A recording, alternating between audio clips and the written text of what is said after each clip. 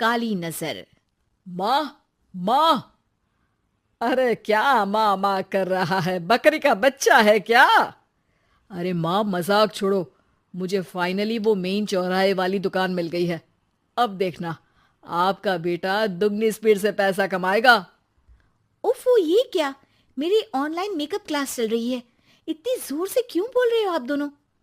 अरे मेरी धर्म पत्नी जी, मेकअप क्लास बाद में करना। वो चौराहे वाली दुकान मिल गई है हमको। अरे वाह! रुको, मैं अपनी माँ को फोन लगाकर बता देती हूँ। अरे मैं भी अपने रिश्तेदारों को बता देती हूँ। कितनी खुशी की बात है। हाँ हाँ, मैं भी अपने दोस्तों को बता देता हूँ। 1 हफ्ते बाद रजिस्ट्री है। बस, घर में खुशी का मौका था। उन तीनों ने अपने अपने फोन उठाए और लोगों में बात फैलाना शुरू कर दिया। और रही सही कसर, श्वेता बहू ने अपने पड़ोस में सबको बताकर कर दी। अरे वर्मा आंटी, अब हम भी जल्दी कार ले लेंगे। घर का रेनोवेशन होगा और ठाट से रहेंगे हम भी। अरे, ऐसा क्या हुआ? लॉटरी बाटरी लग गई है क्या? अरे, इस बार चौराहे वाली मॉल में हमको भी दुकान मिल गई है। दुकान नंबर 21, जो एकदम चौराहे पर है। अब ग्राहक बढ़ेंगे तो आमदनी भी बढ़ेगी ही ना।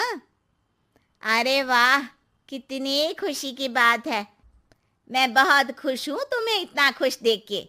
बाकी एक बात कहूँ, सबको मत बताते फिरना। किसी की नजर लग जाएगी तो खुशी की खबर वापस लौट जाएगी।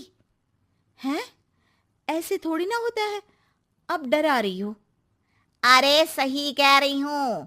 काली नजर कहते हैं इस चीज को। जब आप किसी को कुछ बताओ और वो काम बिगड़ जाए। अरे लेकिन मैं तो। तुमने सबको बता दिया ना? हाँ, फोन लगा लगा के। अब बच के रहना। काली नजर बड़ी खतरनाक होती है। श्वेता इतनी खुश रहती है कि वो वर्मा आंटी की बात पर ध्यान ही नहीं देती, जबकि पड़ोस में और भी लोगों से खुशी की खबर शेयर करती रहती है। अगले दिन राजेश बहुत दुखी होकर घर आता है। अरे बेटा, क्या हुआ? मुंह क्यों सूजा हुआ है? मधुमक्खी ने काट लिया क्या? माँ, वो दुकान किसी और के पास चली गई। किसी ने ज्यादा भाव लगा दिया। अरे पर बात तो आपसे हुई थी ना उस दुकान वाले की। हाँ, आज मैं टोकन अमाउंट देने गया था, तब मुझे पता चला। कोई आकर सुबह मुझसे पहले ही ज्यादा अमाउंट दे गया। हम्म, काली नजर। क्या? क्या कहा? वर्मा आंटी ने समझाया था कि किसी को बताना मत, वरना काली नजर लग जाएगी। अच्छा, तुम्हें उनकी बात मान लेनी चाहिए थी। उनकी बात मान लेती, लेकिन उसके पहले ही सबको बता चुके थे ना हम तीनों।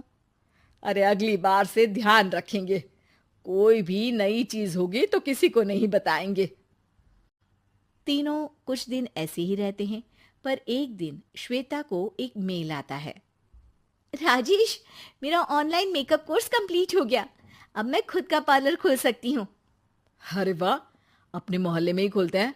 ये जो घर के सामने दुकान है ना, वहीं। हाँ, यहाँ सस्ती भी मिल जाएगी।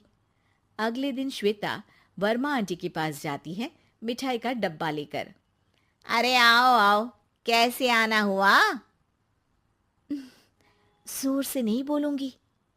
वो सामने वाली दुकान है ना, वहां मैं अपनी पार्लर की दुकान खोलने वाली हूँ।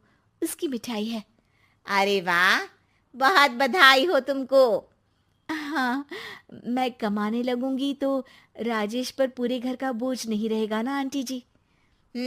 ये तो है। पर ये बता कि तूने ये बात किसी और को तो नहीं बताई ना? अरे नहीं नहीं, पिछली बार गलती कर दी थी। काली नजर लगी किसी की और राजेश के हाथ से वो दुकान चली गई थी। सबको मत बताना। चलो मैं चलती हूँ, कल दुकान की बात करने भी तो जाना है। अगले दिन श्वेता दुकान के लिए मालिक से बात करने जाती है। अरे लेकिन दुकान तो हम कल रात को ही किसी को दे चुके हैं। कल ही? हाँ, कल ही। 2 दिन बाद कोई यहाँ पार्लर भी खोल लेगा। अब कहीं और दुकान देख लीजिए। अरे पर हमको भी तो पार्लर ही खोलना था। हाँ भाई, एक ही दुकान है, आधी आधी तो नहीं दे सकता ना मैं। राजेश और श्वेता घर पर हताश होकर आ जाते हैं। इस बार तो किसी को बताया भी नहीं था, अब किसकी काली नजर लग सकती है। सुनो, तुमने माँ को बताया था क्या? अरे कैसी बात कर रही हो, माँ की नजर थोड़ी ना लगेगी। पक्का तुमने किसी को नहीं बताया था ना? सिर्फ वर्मा आंटी को बताया था, उन्होंने ही मुझे किसी को नहीं बताने को कहा। अरे यार, तुम भी सही हो, मेरी माँ को नहीं बताने को कह रही हो, पर वर्मा आंटी को बताना तुम्हें जरूरी लगा। अरे वर्मा आंटी ने ही तो काली नजर के बारे में बताया था ना, वो हमेशा हमारा भला ही तो चाहती हैं। मेरी माँ भी हमारा भला ही चाहती है। अरे पर चिल्ला क्यों रहे हो?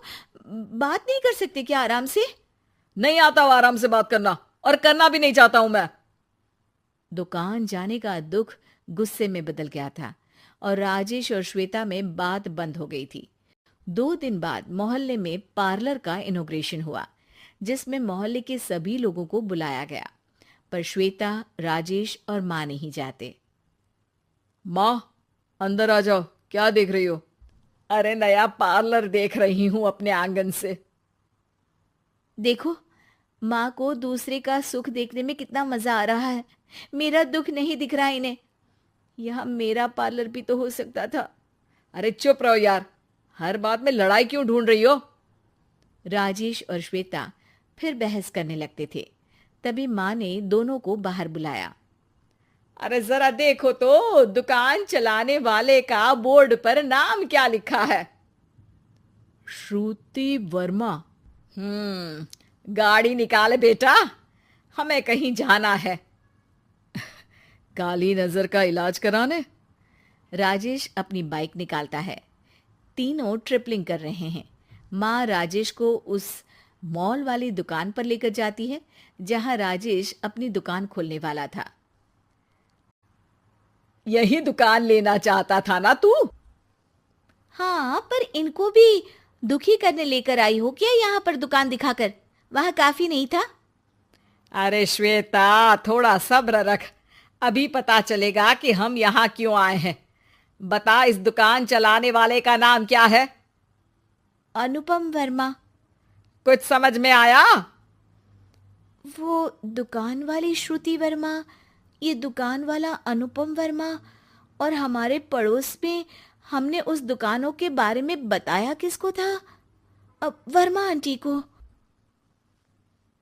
मतलब वर्मा आंटी ही हमारा काम बिगाड़ रही है?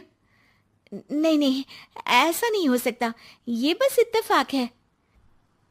राजेश अपना फोन निकालता है और श्रुति वर्मा और अनुपम वर्मा के नाम फेसबुक पर सर्च करता है, जहां ये दोनों ही वर्मा आंटी के रिश्तेदार होते हैं। श्वेता को समझ में आ जाता है कि वर्मा आंटी की ही नजर खाली नजर है। अब क्या करना है? कोई भी खुशी की खबर हो तो काली नजर से बचना है, यानी वर्मा आंटी से बचना है। अरे पर मुझे ये समझ में नहीं आया कि वो हमारे साथ ऐसा क्यों करेंगी। अरे बेटा, एक सीख है, दूर के आदमी को आपकी तरक्की से कम परेशानी होगी, पड़ोसी को ज्यादा। दोनों माँ की बात में हामी भरते हैं और अगला काम चुपचाप करने की कसम खाते हैं, ताकि आगे से वर्मा आंटी कोई काम ना बिगाड़ सके।